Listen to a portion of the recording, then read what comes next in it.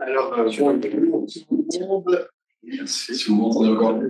J'ai vraiment pas grand-chose à dire. Je suis bienvenu ici. C'est mes disponibilités sur je vais mathématiques et je pense que je vais immédiatement passer la parole pour commencer la parole. C'est au moment d'avoir les questions. Merci beaucoup. Bonsoir à tous et bienvenue à cette consacrée à la question de l'humanisme. Est-il une manque? Is it a fad? Je suis Deborah Madsen, chercheuse principale du projet de recherche qui est à la base des discussions suivantes. Le projet est intitulé Vegan Literary Studies in an American Textual History, 1776. J'ai généralement français en 1906 que nous connaissions infiniment. Notez, développement est bilingue. Aïcha et Kimberly présenteront en français, Will et moi-même en anglais, et vous êtes invités à poser vos questions à la fin, français ou anglais. Je vais maintenant passer en anglais pour présenter nos intervenantes et je crée brièvement notre projet. So all of our speakers have worked on this research project with Skibo at the very beginning when we created the request for funding. Kimberly Frorach was a postdoctoral researcher after Bryn left us. Sadly for us, sadly for her, to take a post at Vancouver Island University in Canada. Aïcha Bouchelagan was the junior researcher on the project until 2023, when she was replaced by Megan Zeitz, who is our technical support. The project focuses on ethical veganism. So I just want to be clear what this is. So it is not vegetarianism, which is simply the refusal to eat flesh. It is not veganism for health or plant-based veganism, which is a refusal to eat flesh and also animal products. Ethical veganism is a total refusal to participate in exploitation and consumption of non-human foods. In diet, fashion, furnishings, for example, in scientific experimentation, in entertainment, like going to the zoological garden or participating in the audience of an animal circus, or hunting, or even horse racing, even for some owning a pet constitutes ethical veganism. So we are creating a database of evidence to show that ethical veganism, both in theory and in practice, has a long history in America. And the results of this research project can be seen on our website, which is in the program of the Festival d'Histoire Cité. And we would be overjoyed if you would go to the website and look at some of the material that we have produced, as we see here. And perhaps maybe you could very quickly show the map. So one of the things we've been working on is to create a literal map of vegan communities that were set up to practice a vegan lifestyle in the 19th century and even earlier in North America. Each of our three speakers will present one important debate within vegan thought. Aisha is going to begin by presenting fake meat or meat alternatives. Emily will talk about animal products in fashion, and Bryn will talk about vivisection or experimentation on live animals. All debates within the larger debate of the question, is veganism simply a contemporary fad? Veganisme est une... Please, Aisha, start. Merci beaucoup. Alors, bonsoir et bienvenue à merci d'être là. Comme annoncé, moi je suis là pour parler des causes viandes. Alors, les plats nous font la spécialité du véganisme et incluent des viandes végétales pour l'alimentation. Selon l'OCDE, d'ici l'année 2030, les revenus du marché des viandes végétales vont probablement quintupler. Donc, c'est clairement à la mode. Mais ce n'est pas pour ça que le véganisme n'a pas une histoire fondamentalement pour nos générations. C'est ça dont je vais vous parler durant cette brève présentation. Je me concentrerai spécifiquement sur l'histoire des premières viandes végétales à avoir été commercialisées de manière efficace. Et pour ça, il faut nous tourner vers les États-Unis de la fin du XIXe siècle. Mais avant de commencer, j'aimerais rappeler brièvement ce dont on parle exactement quand on parle de fausses viandes à base de plantes. Donc, ça, c'est ça. Je te demande de changer de... Ah, merci. Donc, comme vous pouvez le voir sur ce diagramme, en fait, un substitut de viande à base de plantes, il a 4 composantes principales. Évidemment, une source de protéines, comme on peut s'y attendre, que ce soit du soja, des différentes sortes de pois, du blé ou des champignons. Une source de matière grasse, une source d'hydrocarbures, donner la texture et de la structure au substitut de viande, et enfin, tout ce qui est arômes, épices, colorants, compléments de vitamines comme la B12, etc. Les ingrédients sont évidemment mélangés et mis en forme pour donner les différents produits qu'on a sur le marché de nos jours. Et dans les premiers substituts de viande fabriqués industriellement, on peut parler, la source de protéines, c'est les noix, tout ce qui est noisettes, amandes, cacahuètes, etc. Il faut savoir que l'industrie de la fausse viande est plus récente que le véganisme total.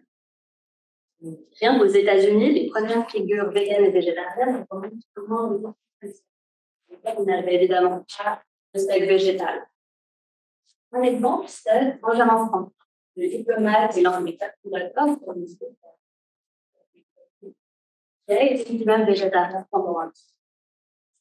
Le cas de Benjamin Franklin montre qu'au début, le véganisme en Amérique du Nord avait plutôt dans une optique qu'on appelle la frugalité.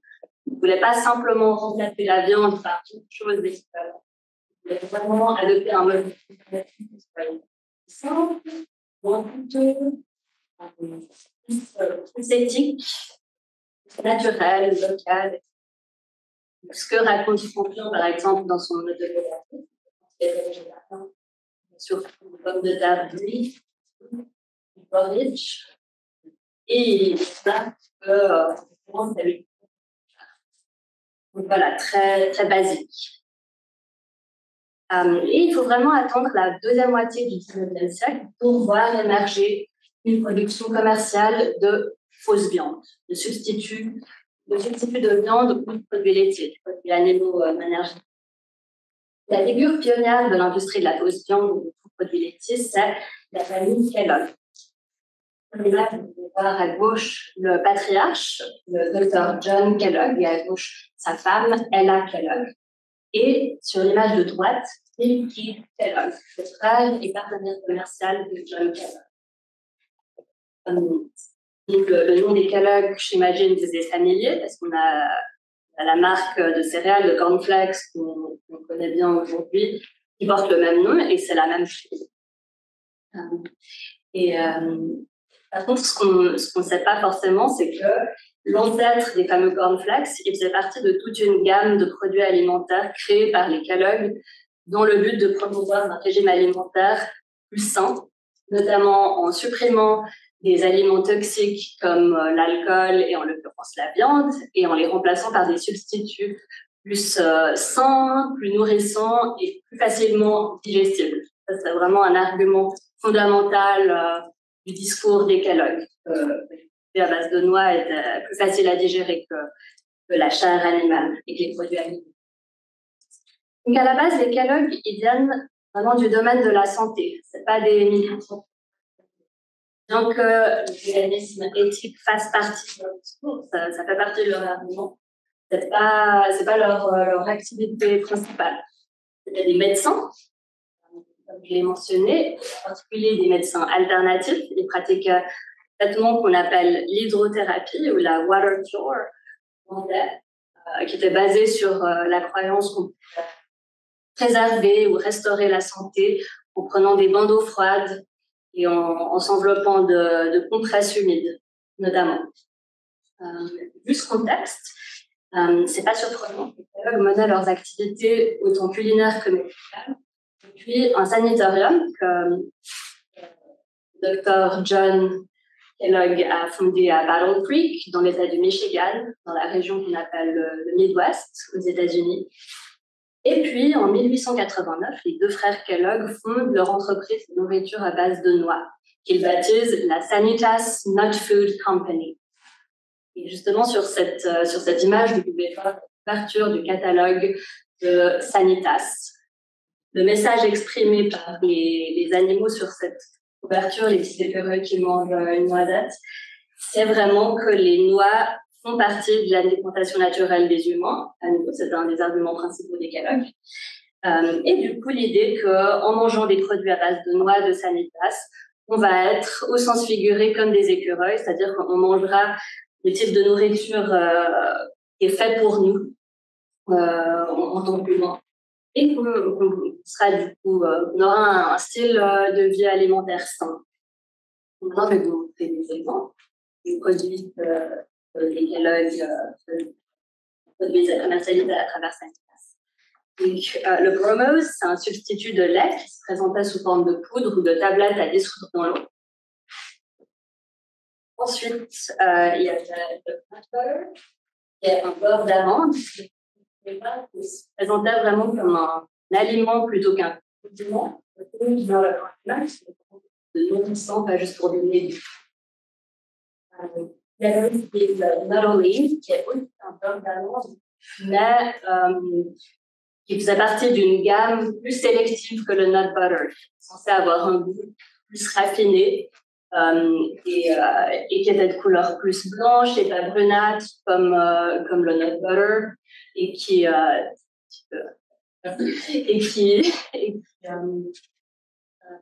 était particulièrement bien indiqué pour les invalides les plus délicats, entre guillemets, donc les personnes à la digestion la plus fragile. Et puis enfin, le Polo's, qui est là, pour le coup, est vraiment un substitut de viande, pas de produits laitiers, de lait ou de beurre ou quoi, qui était fait à base de cacahuètes et de gluten de blé et qui avait une consistance ferme et qui du coup peut être cuisiné comme la viande. Un autre point important dans la commercialisation de c'est qu'on ne vendait pas uniquement les produits de manière individuelle, on vendait aussi des recettes et des menus dans le but de montrer aux consommateurs comment intégrer concrètement ces aliments dans leurs habitudes alimentaires. Et la personne la plus importante dans cet aspect culinaire de la stratégie commerciale de Sanitas, c'est Ella Kellogg, la femme de John, qui travaillait dans la cuisine du sanatorium à Battle Creek, qui servait de laboratoire pour élaborer des plats attrayants. Et après, Ella faisait publier sous forme de recettes dans des magazines végétariens ou même sous forme de livres de cuisine qui souvent contenaient une section exprès pour les produits véganes de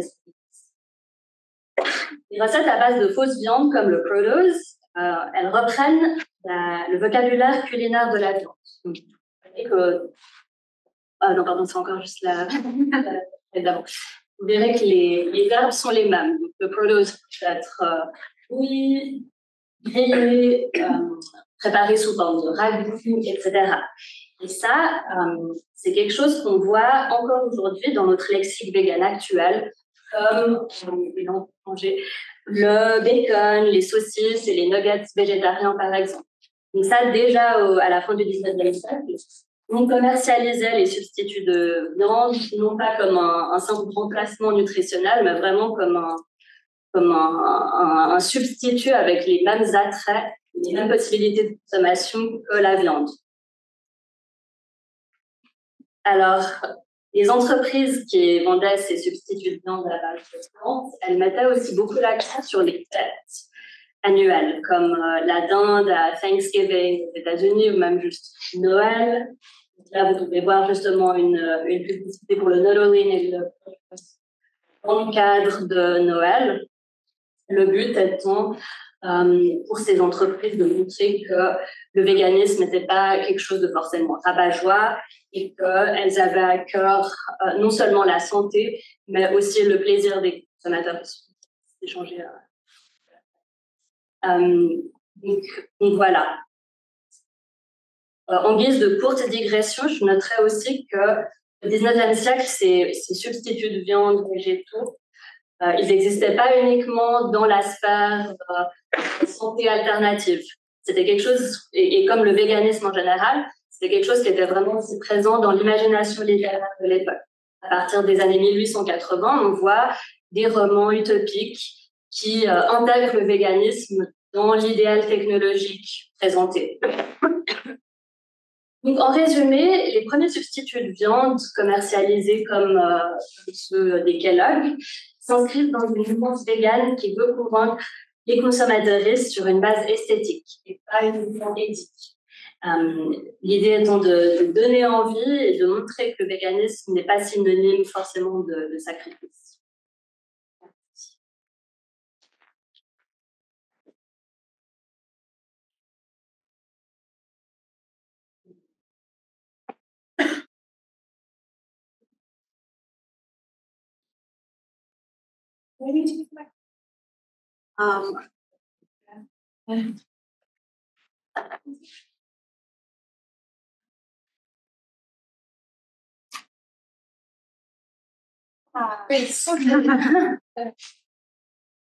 Ok, bonjour à tous. Je vais vous parler des animaux dans la mode. Voilà.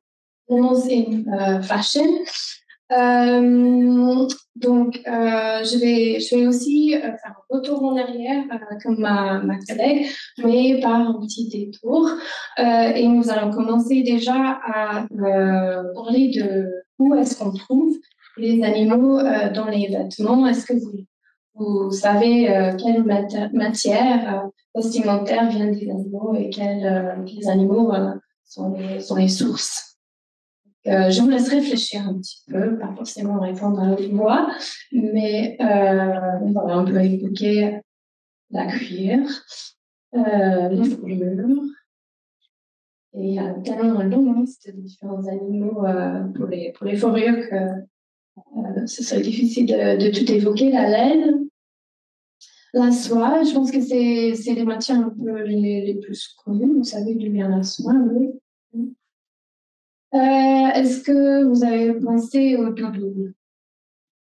Et les plumes dans les doudounes, par exemple. Les plumes en cachemire. Les plumes en cachemire, oui. Et les chaussures. Mais ici, les chaussures ne sont pas faites de cuir.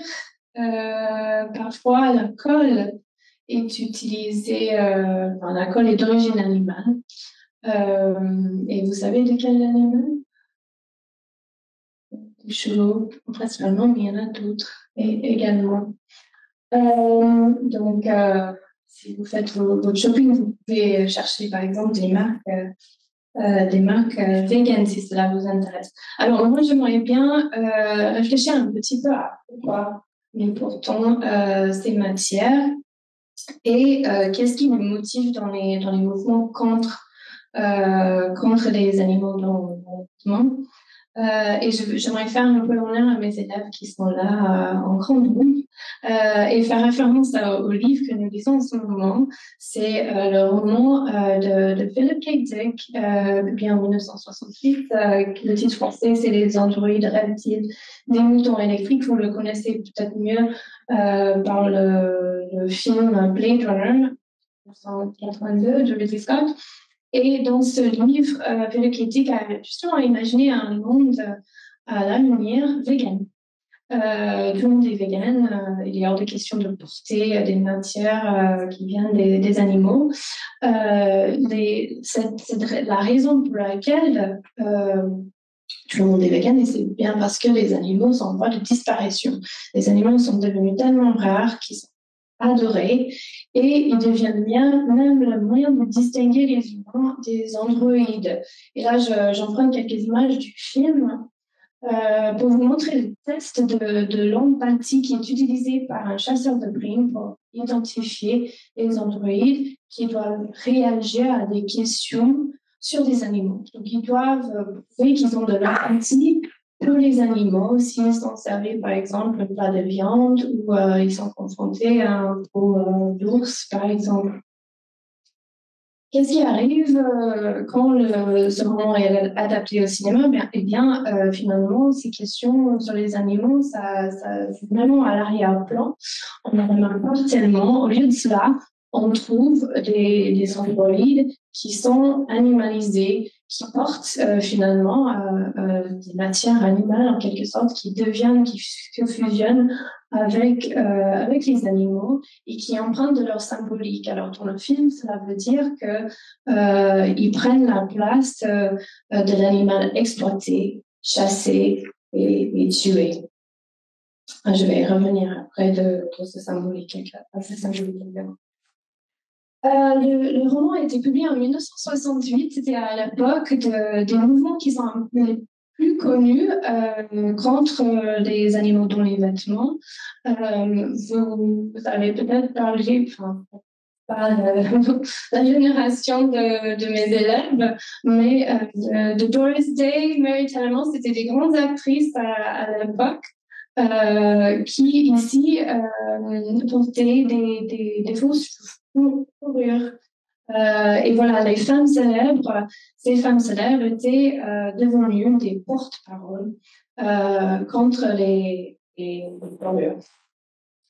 Et puis, dans le monde francophone, on pensait peut-être à Brigitte Bardot, qui se luttait contre la chasse des phoques, qui était également utilisée dans les fourrures, et à tel point que les phoques étaient en voie de disparition au Canada.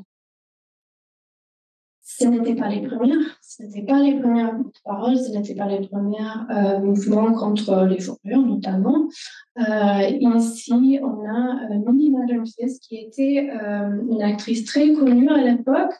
Un article dans le New York Times de 1925 parle d'un de ses discours, et à droite vous avez un article publié dans un magazine, et elle se luttait notamment contre comment ces animaux étaient attrapés, les pièges qui étaient très très brutales. Je parle aussi de Charlotte Perkins Gilman, qui était une écrivaine féministe. Elle est connue pour avoir écrit un roman utopique féministe qui s'appelle Herland, publié en 1915. Là, à gauche, vous l'avez en train de faire un discours pour le vote des femmes. Et à droite, c'est un parti d'un article qu'elle a écrit où elle plaide la cause elle se bat également contre les fourrures, mais si vous arrivez à avoir quelques mots en anglais là, aussi contre les plumes d'oiseaux qui étaient beaucoup utilisées à l'époque dans la mode. Alors, est-ce que vous savez comment les plumes, les oiseaux étaient utilisés Eh bien, c'était pas seulement les plumes, mais c'était des oiseaux entiers qui étaient utilisés sur des chapeaux. Alors là, vous avez deux à gauche qui existent dans des musées aujourd'hui, et vous voyez vraiment, c'est les corps entiers des oiseaux qui étaient portés. Ces images, vous pouvez les retrouver dans l'article écrit par Matson sur le site du projet. Je note juste que on ne voit plus ces chapeaux. Fort heureusement, ce n'est plus à la mode. Il y a vraiment eu un gros mouvement contre cela, tout simplement parce que il me semble que c'est parce que ces animaux étaient en voie de disparition. Il y avait 67 espèces d'oiseaux qui étaient alors en danger sur le territoire américain. Donc il y avait un mouvement un peu plus fort. Mais sinon, pourquoi est-ce qu'on porte toujours des animaux? Et bien, je pense que c'est ce symbolique qui reste avec nous. Et ici, je cite une blogueuse vegan qui dit très justement les matières d'origine animale comme la laine, la soie et le cuir sont souvent considérés comme des produits nobles car synonymes de qualité. Ces produits finis sont également vendus beaucoup plus cher que ceux composés de fibres synthétiques ou végétales. Donc, on voit toujours des animaux dans la mode, comme ici, vous avez l'hermine et mink, je ne sais pas comment dire en français maintenant, pardon, en 2013 de Valentino. Et je me permets de citer l'écrivaine Carol Adams, qui réfléchit cette question de comment finalement on est séparé, le consommateur est séparé de l'animal, que ce soit en mangeant la viande ou en portant des matières animales. Elle dit, derrière chaque repas de viande se cache une absence. La mort de l'animal dans la viande prend la place. Le référent absent est celui qui sépare le mangeur de viande de l'animal et l'animal du produit final. Une fois que l'existence de la viande est déconnectée de l'existence d'un animal qui a été tué pour devenir cette viande, la viande devient non ancrée par son référent d'origine, l'animal, devenant plutôt une image flottante, souvent utilisée pour refléter le statut des femmes. Donc, je crois que je dois bientôt m'arrêter parce que cela fait 10 minutes. En guise de conclusion, je vais juste revenir aux deux images que je vous ai montrées de Blade Runner pour vous faire réfléchir aussi à l'autre symbolique qu'on voit juste en regardant ces images. Et c'est la façon que la femme porte l'animal, et ici le français s'amène, et l'homme porte l'animal d'une toute autre façon. Et on peut aussi penser au symbolique de chaque animal, surtout dans le symbolique judéo-chrétien, la femme est la serpent et l'homme est la colombe, tout ce que là ça peut symboliser. Et peut-être qu'on peut en parler en plus de détails pendant la discussion.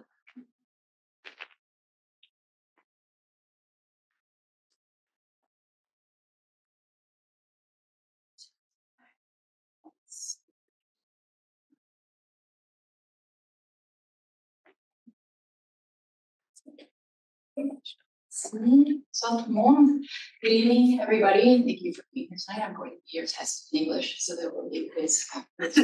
My name is, as Deborah said earlier, Dr. Skibo, and my topic is vivisection, which comes from the Latin vivere, meaning to live, sect, meaning to cut. So vivisection is the cutting into a living being, as opposed to dissection, which is the cutting into a corpse or a dead being. Vivisection started from human curiosity. Simply, we wanted to know. The first thing we wanted to know is what's on the inside. So if we look at each other, what happens inside? And in order to know, we need to open it. The second question we wanted to know is, how does the body actually work? How do we breathe? How do we see? How do we feel?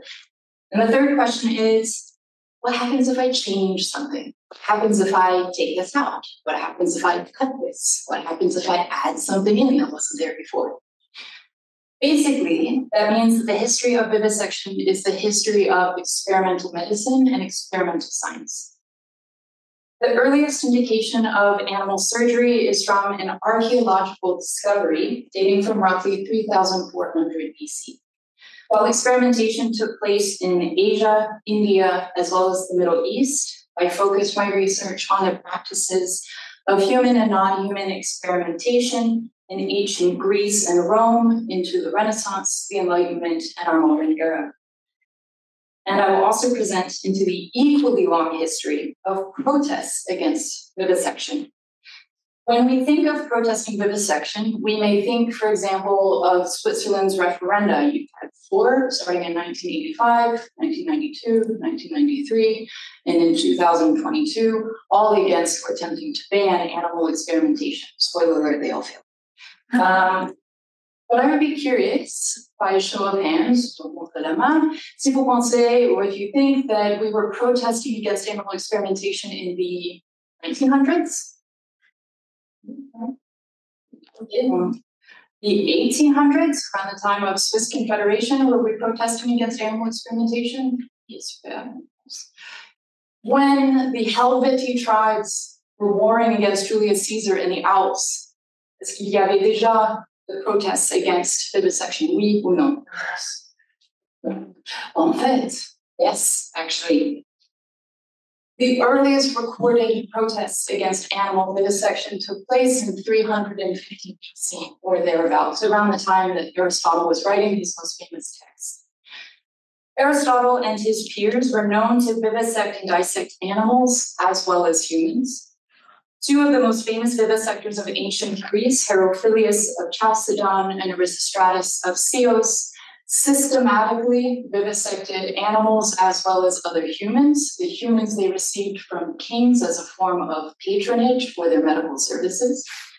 This established a very long history, which went all the way into the hundreds, of using criminals as well as slaves as medical test experiments. However, promised you there would be a protest, and there was. The empirical school, where we get the term empirical evidence, the empirical school as well as the Platonists argued that vivisections were cruel and thus immoral. They were taboo. There was a taboo against cutting into skin. They were scientifically unnecessary and irrelevant because humans are not animals. So if you cut into a monkey and find it has so many vertebrae, we do not have the same number of vertebrae as monkeys. So the material is misleading as well as irrelevant. As a result of the empirical school's arguments, human vivisection and dissection was banned by the Roman Empire.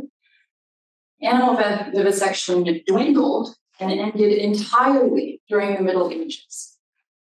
However, a significant exception during the Roman Empire was Galen of Pergamon, who was a renowned medical authority, and he received that medical authority by vivisecting many animals, and often doing these in very dramatic public demonstrations, one of which I read was he wanted to demonstrate how vocal cords works. He cut open a pig, it was screaming, obviously he cut the vocal cord and the screaming stopped, and that's how we found out about vocal cords.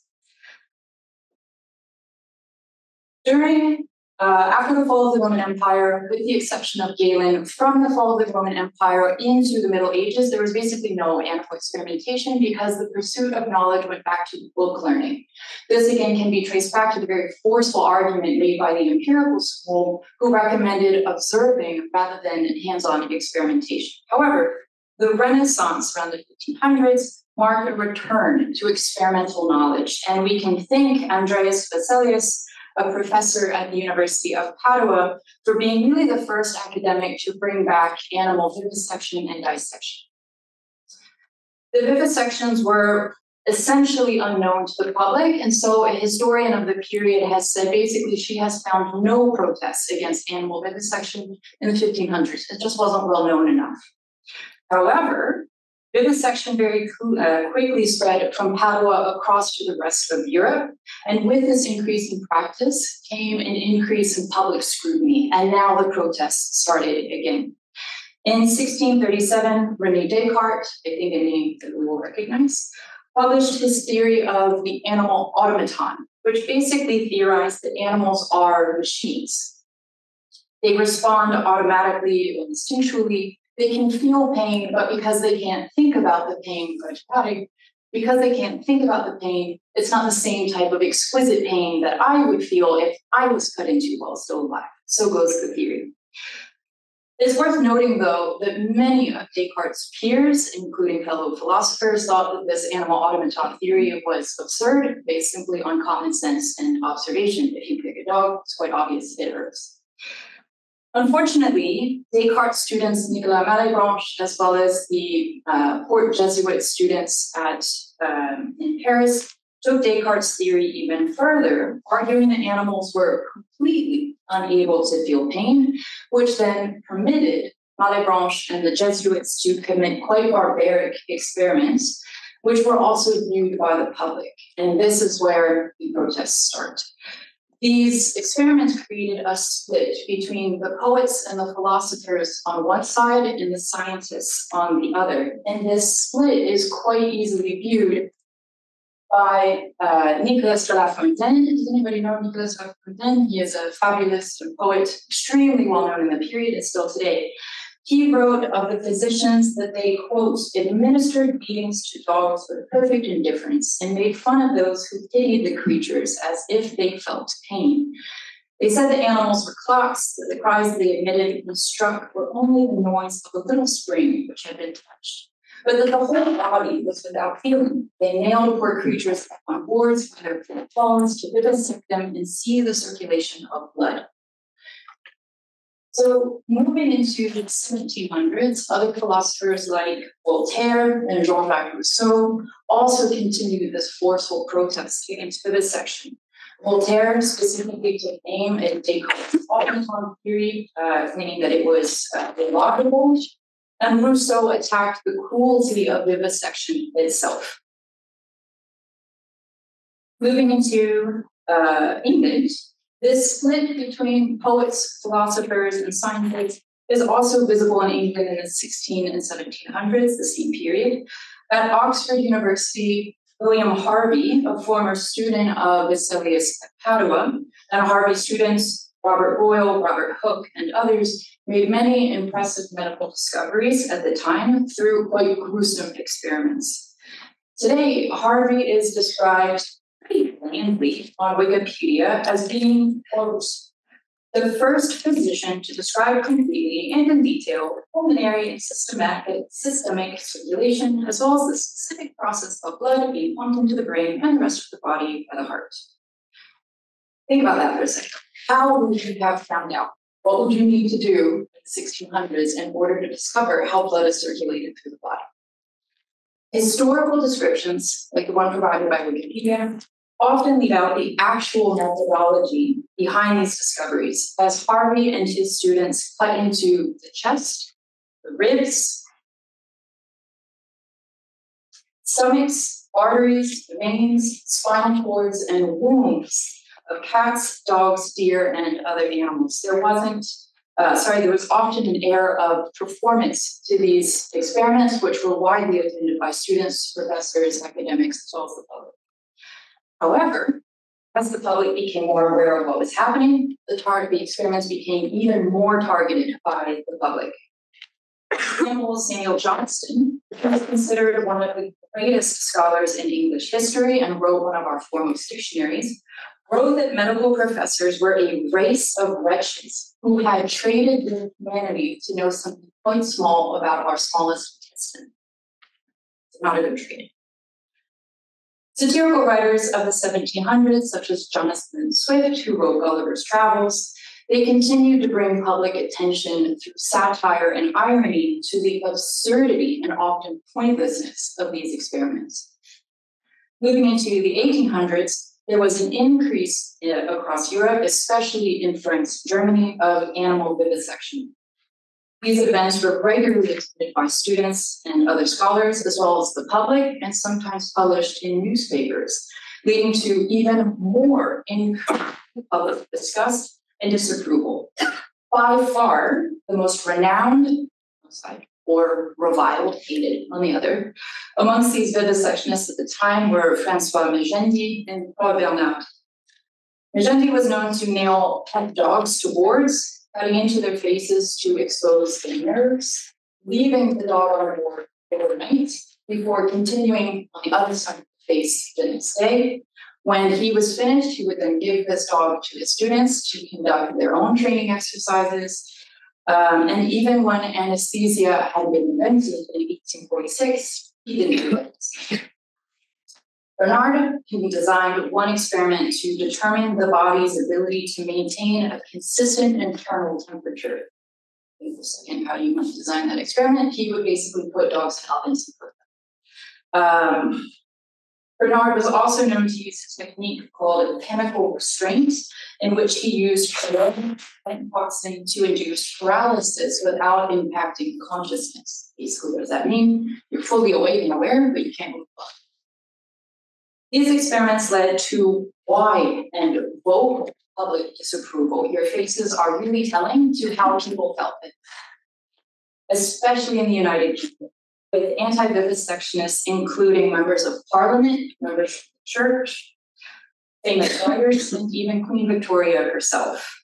Many scholars believe that H.G. Wells's Mad Scientist in the novel Island of Dr. Moreau is based on Claude Bernard. Interestingly, Bernard's own wife, once she found out that he had vivisected the family dog, divorced him, and his daughters never saw him again. His wife also opened a shelter to rescue street dogs to keep them away from vivisectors, and she also joined an anti-vivisection campaign. So the public dissent hit quite close to home. In light of the growing use of animal vivisection and the public attention that these events received in the press, there was a surge in activism against it, leading to many of the anti-animal cruelty organizations and laws that we still have today. This is an incomplete timeline of all of the organizations and legislation that took place from the early to mid and throughout the 1800s into the early 1900s. I didn't put all of them down, but I do want to draw your attention to the 5 in red, which relate to Switzerland. Switzerland was quite late to adopting vivisection. It only appeared in Swiss universities, such as our local Geneva, in the 1830s. However, as you can see, while Switzerland was late to the game on vivisection, they were very early to the game in terms of protecting against and establishing legislation against vivisection. If you remember, England had been vivisected since the 1600s, and it took them well into the 1800s, 200 years later, to enact legislation against it.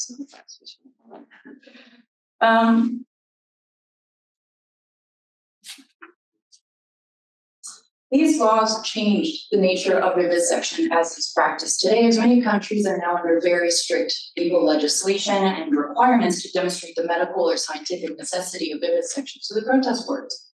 However, the requirements are still able to be circumvented fairly easily. I can give you some examples if you want later. But the important thing is that the arguments being made today for and against vivisection largely remain the same arguments that were being made in 300 BC by Aristotle, by the Philosophical School, as well as the Platonists. Basically, pro-vivisectionists, such as the University of Geneva Hospital, believe that vivisection, while an unpleasant task, is necessary to advance human knowledge and human health. We need to know what happens inside the body.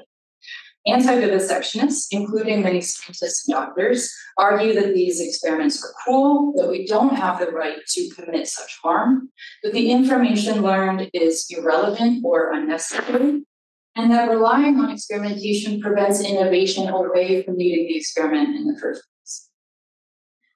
These experiments have been made throughout history, and arguments have been made throughout history, and they continue to be made up till today. 100,000 signatures were received on the latest referendum, and so this means in 2026 or 2027, you, if you're old enough, will have the possibility to vote on whether or not Switzerland should be allowed to enact animal experimentation and vivisection.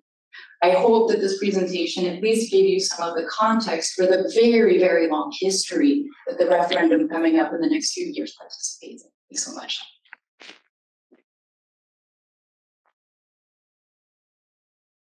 Pour toutes, j'invite vos réponses. questions en français ou en English?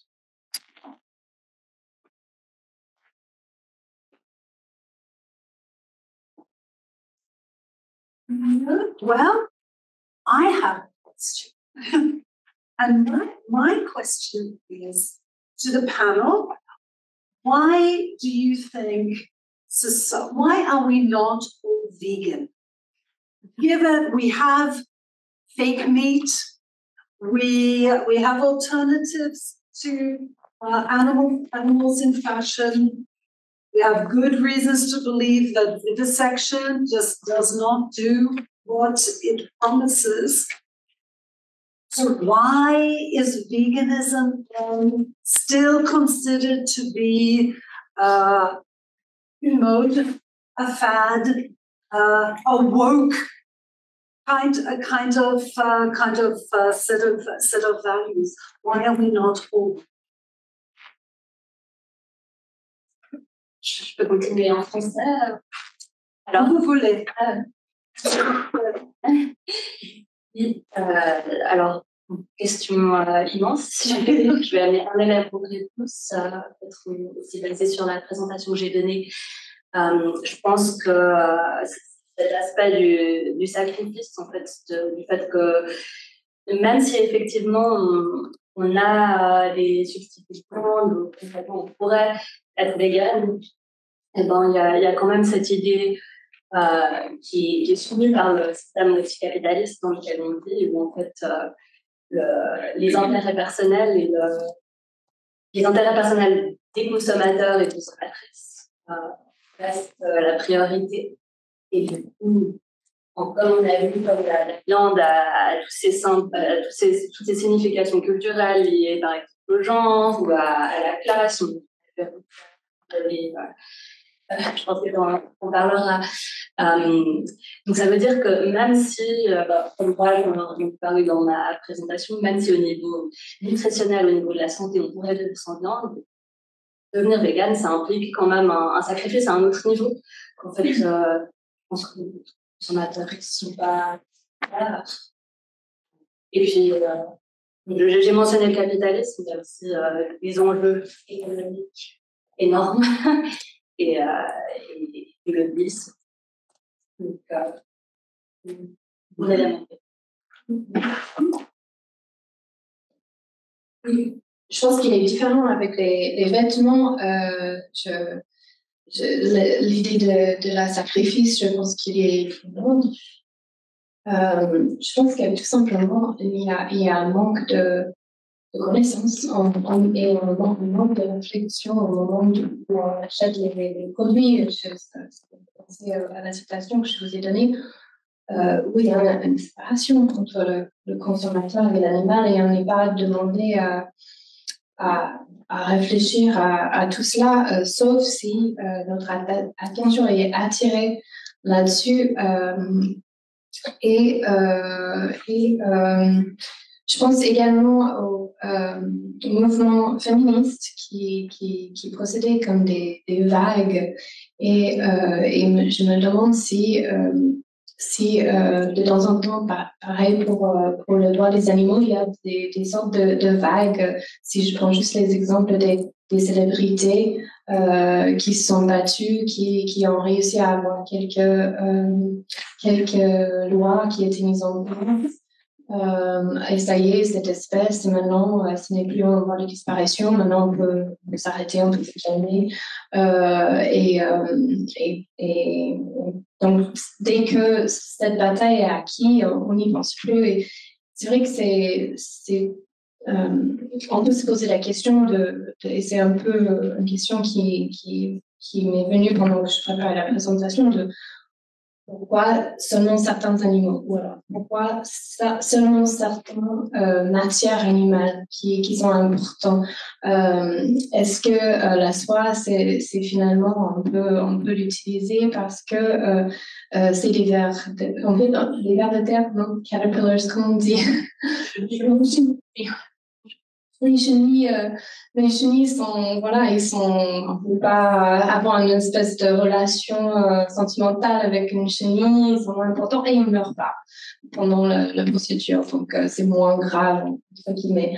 Donc je pense que ça revient à ces espèces de vagues de motivation, la raison pour laquelle ce qui arrive à l'animal, si vous voulez, pendant le procès de soustraction, une espèce d'hiérarchie de l'animal, quels animaux sont plus importants.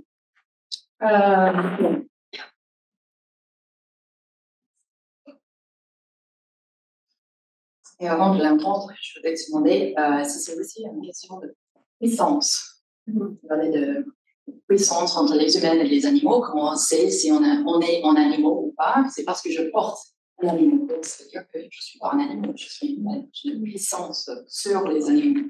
Donc, c'est une question de culture. Il faut garder cette culture qui me marque comme une humaine. Et c'est un peu comme Aïcha a dit, de dire non.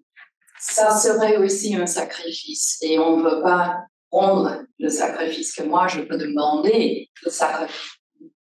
Mais pour moi, quand j'ai fait la recherche pour mon sujet de vivisection, j'ai trouvé une histoire assez intéressante. Je ne sais pas s'il y a des gens dans l'audience qui ont eu la mauvaise expérience de savoir que le maquillage préféré, la lotion préférée, en fait, le compagnie ça sur les animaux, on dit oh mince, maintenant il faut trouver un autre.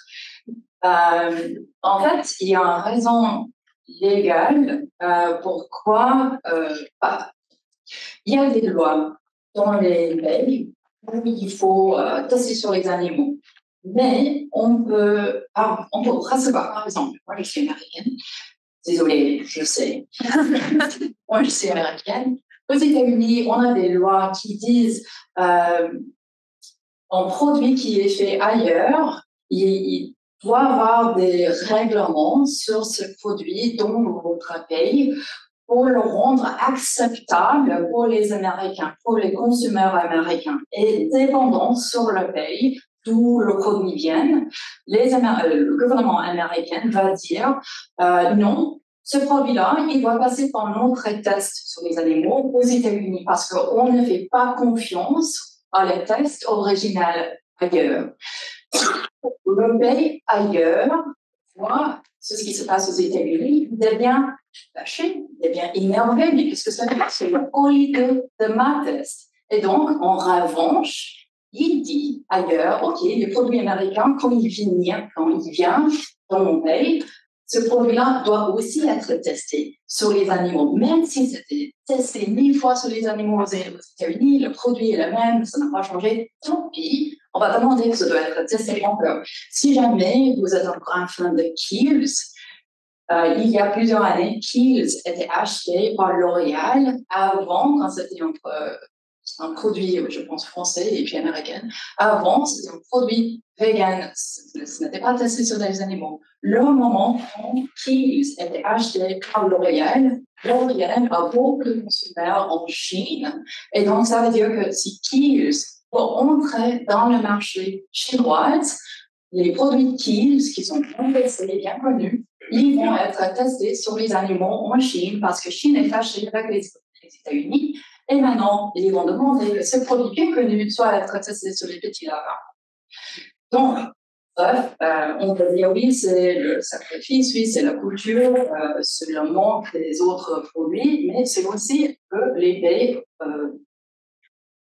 ils veulent énerver les autres. Un peu comme une semaine.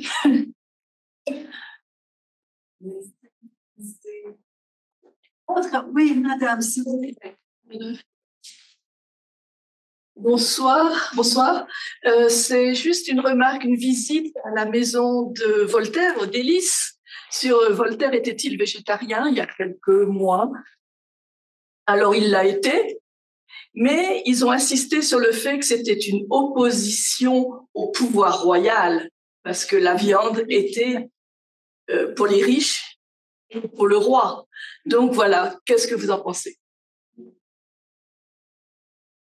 J'ai aussi fait cette visite, très intéressante aussi dans le cadre de l'historicité.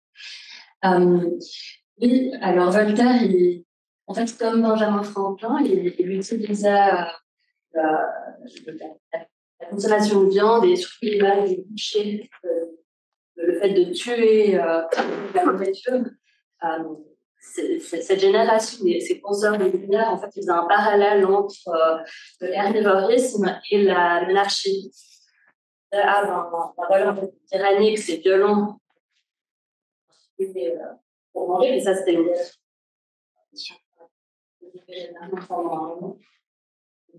il y a une utilisation politique du végétarisme figurative. On utilise quand même cette thématique comme outil pour articuler un autre argument.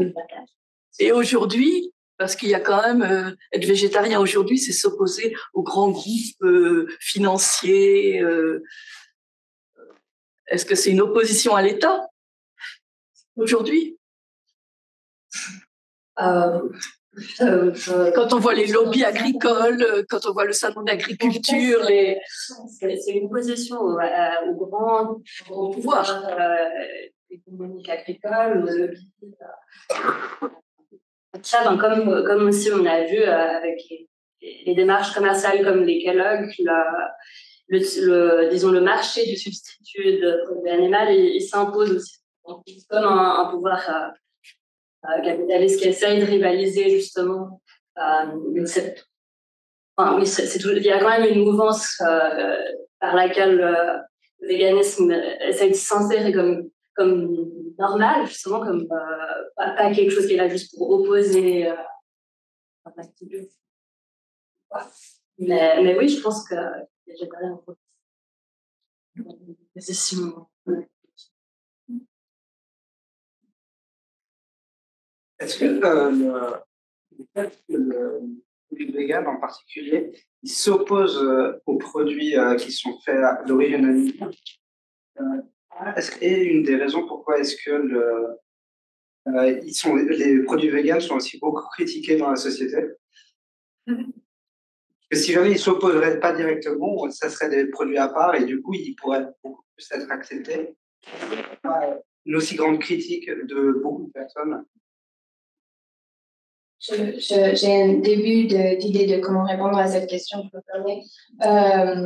Juste tout simplement parce que je pense aux États-Unis et où il y a plein de questions qui ne devraient pas être liées à la politique et finalement ils sont liées à la politique. Donc notamment où on peut penser que tout le monde qui est végétarien, tout le monde qui est vegan, ils sont de gauche et qui sont woke, comme professeur Madsen a dit. Et on a juste seulement ce système binaire et on met de côté les questions de pourquoi ces choix sont faits, etc. Et où justement le backlash, j'ai envie de dire, c'est le mot qui est utilisé quand, après des mouvements féministes notamment, le backlash. Et enfin, je pense notamment à des photos je crois que des enfants de Trump qui étaient pris en ayant tué des grosses bêtes en Afrique. Donc ce lien de droite avec l'animal qui est un lien avec la masculinité, le pouvoir sur la nature.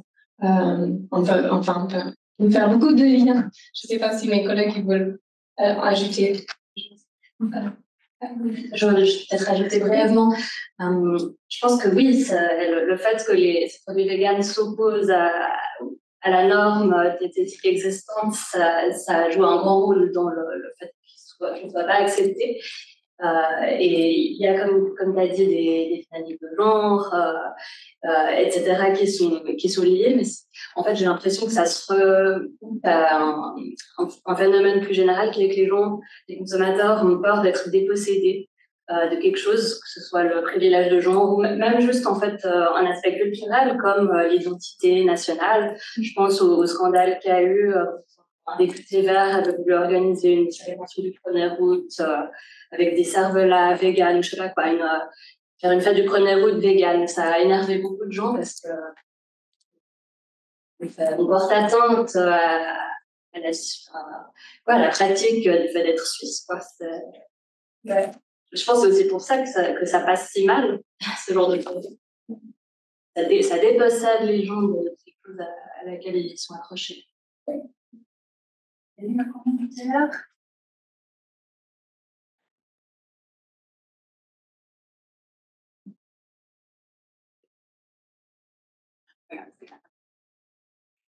Vous avez mal entendu la question. I'm going to switch to English to make sure you guys are paying attention.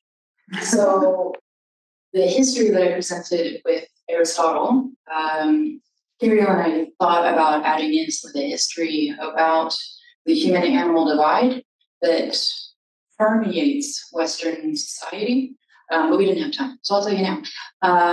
Aristotle is not the first one to establish it, but it really became quite strong in around 350 BC, just commonly accepted knowledge that humans are superior to animals because we possess reason. I don't know if anybody has ever had an argument with their dog or cat before, but we know that animals reason quite profoundly. But at the time, it was commonly accepted wisdom that animals do not possess reason. They can feel, they are alive. Humans can feel, they are alive, but humans are distinct amongst all creatures, and we have the ability to rationalize.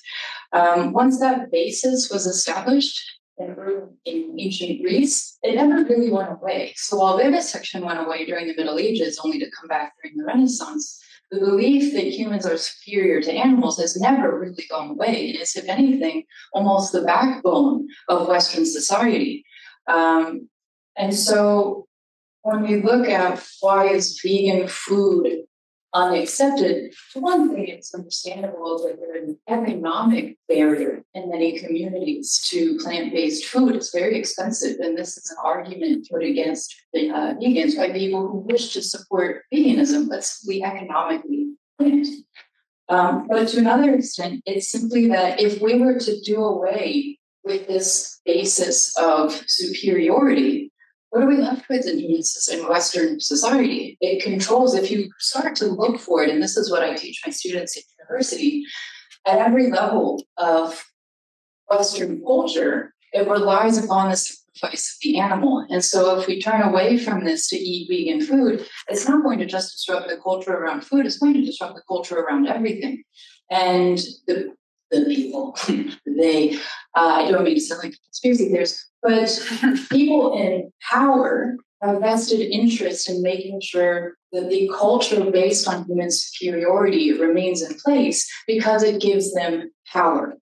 The whole long line of thought, the way back related to different isms, prejudices, racism, sexism, classism, ableism, ageism. They're all based more or less on this difference of human and animal. Anybody who's called Sedgwick and Bash in high school, you know what I mean. Like, we need to think about where that language gets power. It's based on this hierarchy.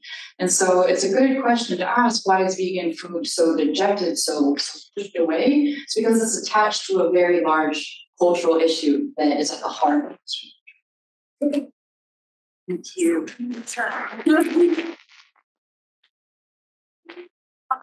Helping to thank our panelists.